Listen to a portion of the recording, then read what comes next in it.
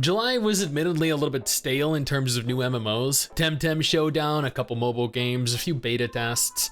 August looks a little bit more appealing though. Several new MMO releases, a couple test phases, and most importantly, we'll be streaming Past Fate, a new Western MMO over on Twitch an hour from now. Do not miss out on what could be an incredibly fun new PC MMO and an opportunity to connect with us while we test this game out for you. Otherwise, if you enjoy staying up to date with what's releasing and more specifically this series, make sure to like the video, leave a comment telling me what MMO you're most looking forward to next month, subscribe to the channel, and hit that little bell notification. I'll make sure to check out the last episode in the series at the end of the video in case you missed an MMO last month. Before we go ahead and jump into this, I want to take a moment to thank today's sponsor, Ragnarok Online Prime. Ragnarok Online is one of the OG MMOs, an absolute legend in the MMO space. And Ragnarok Online Prime brings that hit of nostalgia in a new way with updated game mechanics, class skills, and improved interface, expert professions, uncharted cities, dungeons, the Dorama race, and more. If you have for whatever reason been waiting for new content to drop, waiting for the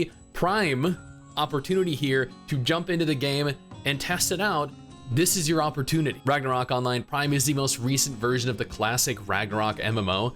Since release, it has added numerous features such as weapon mods, pet evolution, has extended professions, and changed the Ragnarok landscape in new invigorating ways. In Ragnarok Online Prime, players are given endless freedom to choose how they want to play the game. This is part of what made Ragnarok Online so special, so enjoyable to me. They provide us with a variety of professions like the Wanderer, the Archbishop, or the Sura, all of which possess their own unique class trees and respective development branches, abilities, and class archetype, creating fundamentally unique experiences for everyone. Ragnarok Online Prime is completely free and playable right now, and will give you one of the most customizable journeys you will encounter in an MMO. So why wait? Go ahead, click that link in the description in the pinned comment, and download the game now. Now let's jump in and see if we can't find an MMO for you to waste the next month in.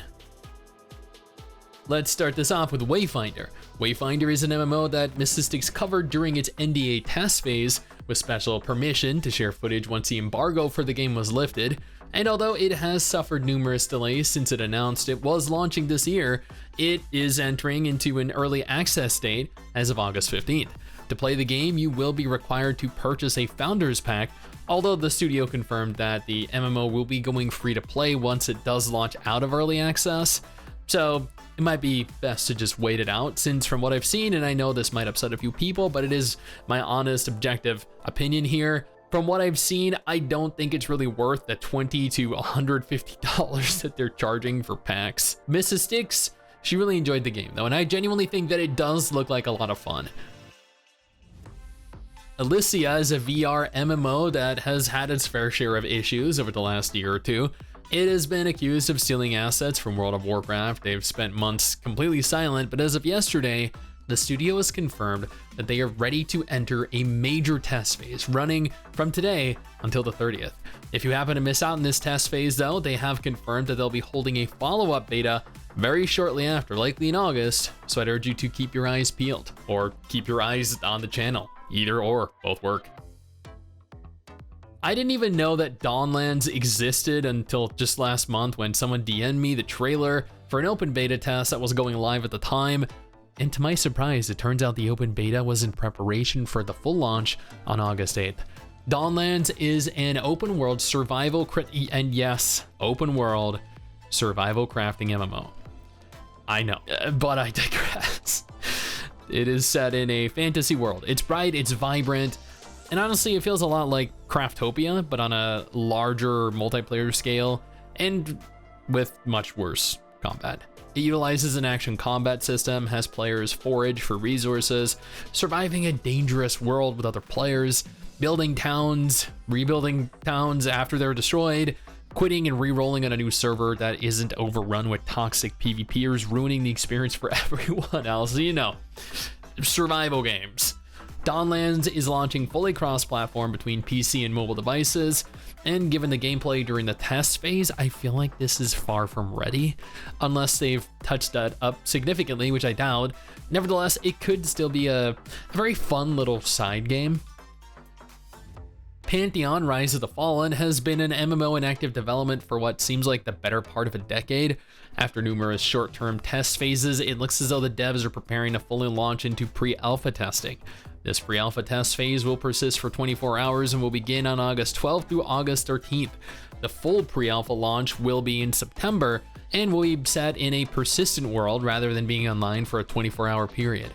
Honestly, this is a passion project of the largest scale with a group of devs that are absolutely determined to see their vision come to fruition, and I cannot stress enough how much I really do genuinely hope they achieve their goals. I mean, is this even an MMO? Everywhere I look online states that it is, but nowhere does the company itself confirm that statement on their website. I was under the impression that Monster Hunter now is kind of like Pokemon Go, but with a Monster Hunter skin. I don't know.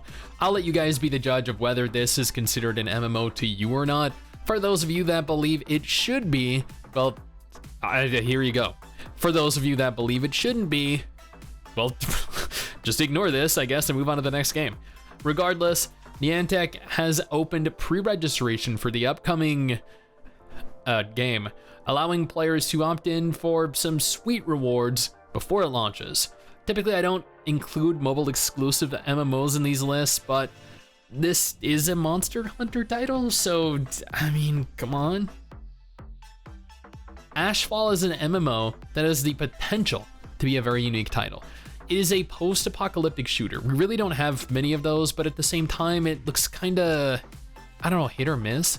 I'm excited to try it out because it's a genre that I've never really dabbled in, and it actually doesn't look bad, but then it's NetEase we're talking about, so yeah. Regardless, Ashfall was delayed into 2024 recently, but NetEase confirmed the game will be holding various test phases across 2023, with North America receiving a closed beta on PC beginning August 3rd, running for 2 entire weeks. This is a cross-platform MMO between PC and mobile, but the test phase, it looks as though mobile isn't supported as it is for PC players exclusively, which is a good sign. I mean, it means that they're trying to focus on optimizing the game and likely the UI for PC rather than leaving it as a cheap mobile port. And finally, Perfect World Games announced back in June that they would be taking publishing rights from Level Infinite, who has been publishing Tower of Fantasy since its release, and published the game themselves on a PS4 and PS5 on August 8th. This has players somewhat concerned as well. The game itself is a lot of fun. There will be no cross-platform functionality, meaning to play on console, you need to start a new account entirely, and all progress you have will be lost. This is an easy way to secure a new paying player base on the PlayStation platform, and Perfect World Games are very smart for making this move, but it is at the expense of the game in its current form and could fracture the community more than it already has. If crossplay were enabled and functional, new PlayStation players would bolster the current player base and earnings rather than disconnect them altogether. Despite this, there are pre-order packages available on the PlayStation Store currently, ranging from $10 to $100. How they think they can charge those prices is beyond me. And that is everything. All of the MMOs slated to release either fully or into some sort of test phase this month, at least that I am personally aware of. I probably missed one or two, that's bound to happen with more obscure titles. Nevertheless, these are the main games that I have been following. This isn't all there is to look forward to though, because if none of those games look like games you'd be interested in, I urge you to check out one of these 2 videos on screen right now. I'm sure you'll find something that you'll enjoy. Trust me, we have a very promising looking second half of the year coming,